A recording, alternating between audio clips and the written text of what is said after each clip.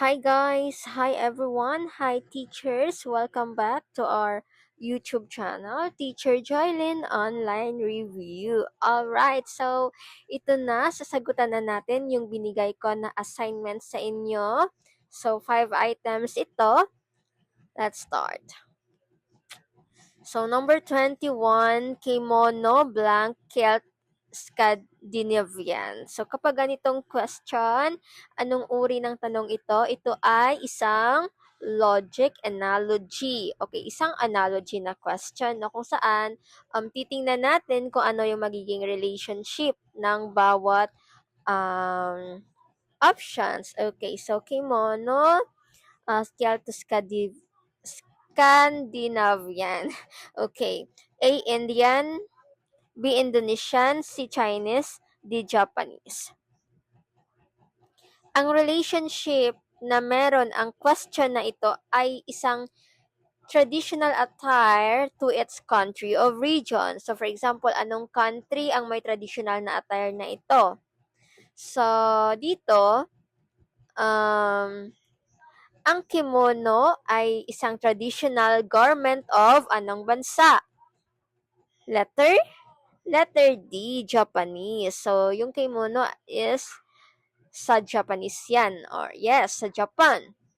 Just as a kilt, no, is associated with a specific culture, saang bansa, Scandinavian, kung saan matatagpuan siya sa Northern or European origin.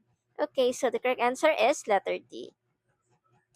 Let's move on to our second question. King of Beasts, lion. King of Birds, ano naman ito? A. Robin, B. Sparrow, C. Eagle, D. Falcon. Anong relasyon ang merong sa tanong na ito? Animal to its traditional symbolic title. So, ang mga animal natin ay may mga symbolism or may mga title or titulo. Kagaya na lamang ng isang lion. So, yung lion natin ay tinaguri ang King of Beasts, di ba? King of Beasts. So, paano naman kapag sabihin natin na King of Birds, anong uri naman yan ng animal or ng um, yes, animal. King of Birds, syempre walang iba kundi yung excuse me, yung eagle. Letter C, ayan, eagle. Letter C. So the lion is traditionally called the king of beasts, while the eagle is universally regarded as the king of birds. Ayan. So letter C. Nakuha? Okay, so very good. Let's go with number 23. Another analogy na tanong. Jewish is to kosher, halal is to blank. A. Muslim, B. Buddhist, C. Christian, letter D. Pagans. The relationship is about what? Religion to its dietary laws. No? Religion to its dietary laws. So for example, no, ang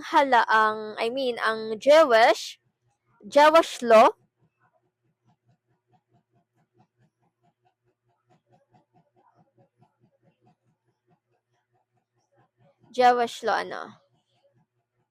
Kasi yung kosher refers to food that satisfy Jewish law. So, kosher is a pagkain na nagsasatisfy sa Jewish law. Paano naman ang halal? Halal is a food, pagkain niya na nagsasatisfy sa anong religion. Letter A, Muslim or Islamic na batas. Sa yon. Letter A. Alam yan ng mga fellow Muslim natin, no? Ng mga teachers. Ayan. Number 24.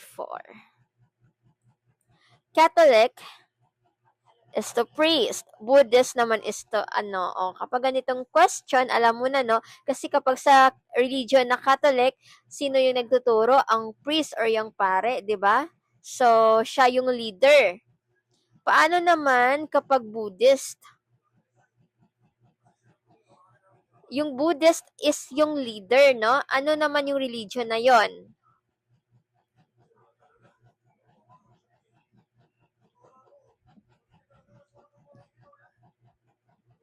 Buddhist, I mean, is a religion, no, ng Buddhism. So, sino ang leader natin? Tinatawag sila na Lama, letter C, or tinatawag din silang monk.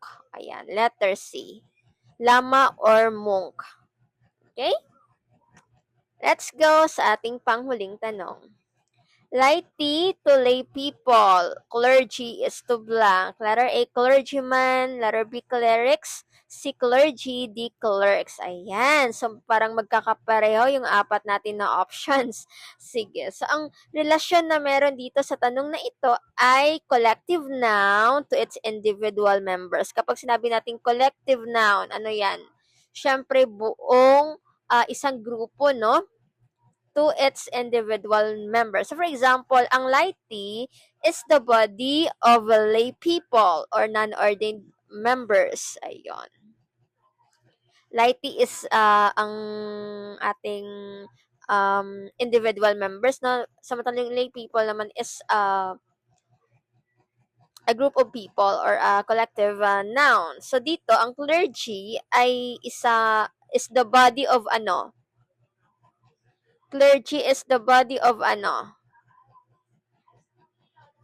Is the body of clerics. Letter B. Ayan, nakuha. So, clergy is the body of clerics or ordained ministers. Tapos, yung laity naman is the body of lay people or non-ordained members. So, yun po kung paano natin sagutan yung analogy. So, dapat alamin muna natin yung bawat relasyon no, na meron ang given no, sa isang question. Ayan. So, thank you so much, teachers. Thank you so much for listening.